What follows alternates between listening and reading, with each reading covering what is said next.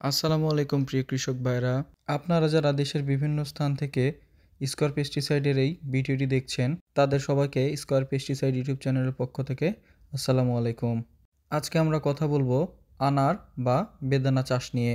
যারা শখের বশে ছাদে বা বাড়ির আঙ্গিনায় আনার গাছ বা বেদানার গাছ লাগিয়ে থাকেন, বেশিরভাগ ক্ষেত্রে দেখা যায় সঠিক পরিচর্যার অভাবে গাছে ফুল আসে না এবং ফুল যদিও বা আসে তাহলে ফলে পরিণত হয় না।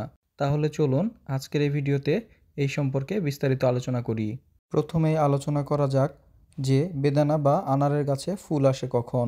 বেদানা গাছে মূলত এপ্রিল মাস থেকেই ফুল আসতে শুরু করে এবং জুলাই মাসে মূলত ফল হারভেস্ট করা হয়।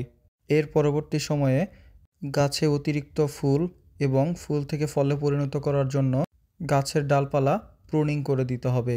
অর্থাৎ যে ডালগুলোতে আনার ধরেছে ফল হারভেস্টের পর সেই ডালগুলো এবং গাছের মরা এবং রোগাক্রান্ত যে ডালগুলো রয়েছে সেগুলো প্রুনিং করে দিতে হবে। প্রুনিং করার আগে অবশ্যই একটা জিনিস খেয়াল রাখতে হবে যে গাছের গোড়া থেকে প্রায় 1 থেকে 1.5 ফিটের মতো কোনো যেন ডাল না থাকে। এতে করে কি হবে, সূর্যের আলো গাছের গোড়াতে ভালোভাবে প্রবেশ করতে পারবে।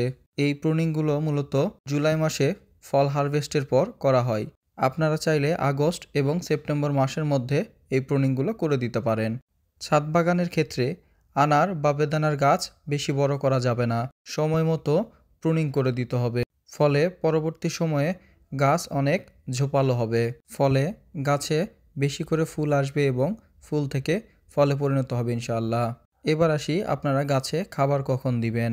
যেহেতু এপ্রিল মাস থেকেই গাছে ফুল আসা শুরু করে, এই জন্য আপনারা ফেব্রুয়ারি এবং মার্চ মাসে গাছের গোড়ায় জৈব সারের পাশাপাশি পরিমাণ মতো স্কয়ারের গ্রিন ক্যাল, ম্যাট্রিক্স, জিলমোনো ইত্যাদি মাইক্রোনিউট্রিয়েন্টস ব্যবহার করতে পারেন। ফলে আপনার গাছে প্রচুর পরিমাণে ফুল আসবে এবং ফুল থেকে ফলে পরিণত হবে ইনশাআল্লাহ।